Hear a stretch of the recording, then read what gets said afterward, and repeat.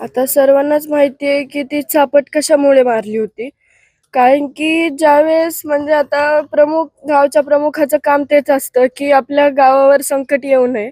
म्हणून ज्या दलित बांधवाला वाचवण्यासाठी माझे वडील गेलते, म्हणजे त्या दलित बांधवाची पण त्यामध्ये काहीही चूक नव्हती.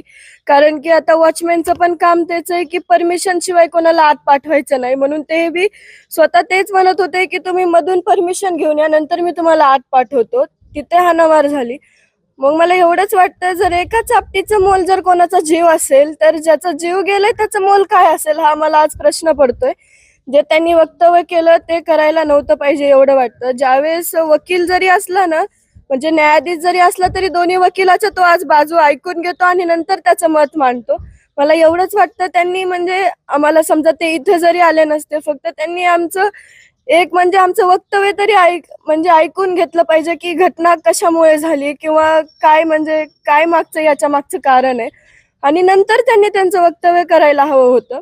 म्हणून त्याचं आज दुःख कुठेतरी वाटतंय, की त्यांनी आमची न ऐकता त्यांनी त्यांचं वक्तव्य केलं आणि ते वक्तव्य पण असं होतं, की एका चापटीचं म्हणजे एक चापट खाल्ल्यामुळे त्यांची मानसिकता बिघडली आणि त्यांनी हत्या केली. आज आमचे वडील आमच्यात नाहीयेत, तर आमची मानसिकता काय असेल आज? आम्ही काय करायचं? आज आमचे वडील नाहीयेत, तरी पण आम्ही आज न्याय मागतोय आणि त्याला पण आज इतका वेळ लागतोय आणि त्याच्यामध्ये सुद्धा दुसरे फाटे फुटतात. म्हणून आम्हाला एवढीच मागणी आहे, की माझ्या वडिलांना लवकरात लवकर न्याय द्या आणि जे कोणी आरोपी असतील त्याच्यामध्ये कोणीही असेल, त्यांना लवकरात लवकर पोलीस प्रशासनाने ताब्यात घ्यावा आणि कठोरात कठोर शिक्षा करावी. आता सर्वांनाच माहिती आहे, की ती चापट कशामुळे मारली होती. कारण की ज्यावेळेस म्हणजे आता गावच्या प्रमुखाचं काम तेच असतं, की आपल्या गावावर संकट येऊ नये. म्हणून ज्या दलित बांधवाला वाचवण्यासाठी माझे वडील गेलते, म्हणजे त्या दलित बांधवाची पण त्यामध्ये काहीही चूक नव्हती. कारण की आता वॉचमनचं पण काम तेच आहे, की परमिशन शिवाय कोणाला आत पाठवायचं नाही. म्हणून ते बी स्वतः तेच म्हणत होते, की तुम्ही मधून परमिशन घेऊन या, नंतर मी तुम्हाला आत पाठवतो. तिथे हाणामार झाली. मग मला एवढंच वाटतं, जर एका चापटीचं मोल जर कोणाचा जीव असेल, तर ज्याचा जीव गेलाय त्याचं मोल काय असेल, हा मला आज प्रश्न पडतोय.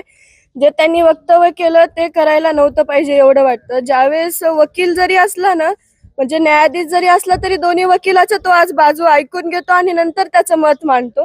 मला एवढंच वाटतं त्यांनी म्हणजे आम्हाला समजा ते इथे जरी आले नसते, फक्त त्यांनी आमचं वक्तव्य तरी म्हणजे ऐकून घेतलं पाहिजे, की घटना कशामुळे झाली किंवा काय मागचं याच्या मागचं कारण आहे आणि नंतर त्यांनी त्यांचं वक्तव्य करायला हवं होतं. म्हणून त्याचं आज दुःख कुठेतरी वाटतंय, की त्यांनी आमची न ऐकता त्यांनी त्यांचं वक्तव्य केलं आणि ते वक्तव्य पण असं होतं, की एका चापटीचं म्हणजे एक चापट खाल्ल्यामुळे त्यांची मानसिकता बिघडली आणि त्यांनी हत्या केली.